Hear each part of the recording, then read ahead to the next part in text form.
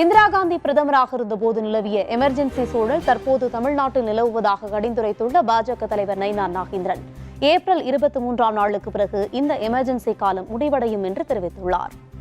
கடந்த 5 ஆண்டுகளில் மட்டும் திராவிட முன்னேற்ற கழக அரசு, மதிப்புக்குரிய முதலமைச்சர் ஸ்டாலின் அவருடைய அரசானது ஆளுங்கட்சிக்கு ஒரு நிலைமையும் எதிர்கட்சிக்கு ஒரு நிலைமையும் தான் கொடுத்துட்ருக்காங்க.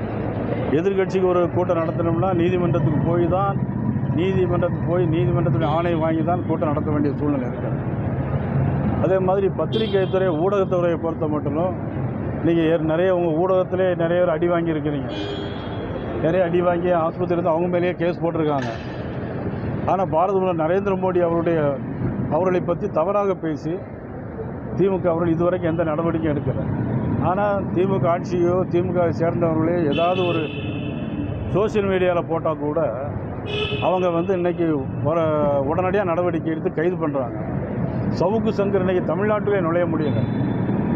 ஒருவேளை பழைய காலத்தில் எமர்ஜென்சி போட்டிருந்தாங்க. இந்திரா காந்தி அம்மையார் பீரியடில் எமர்ஜென்சி போட்டாங்க. அதே மாதிரி ஒரு எமர்ஜென்சி சட்டம் தான் இன்றைக்கி தமிழ்நாட்டில் நடந்துகிட்ருக்கு.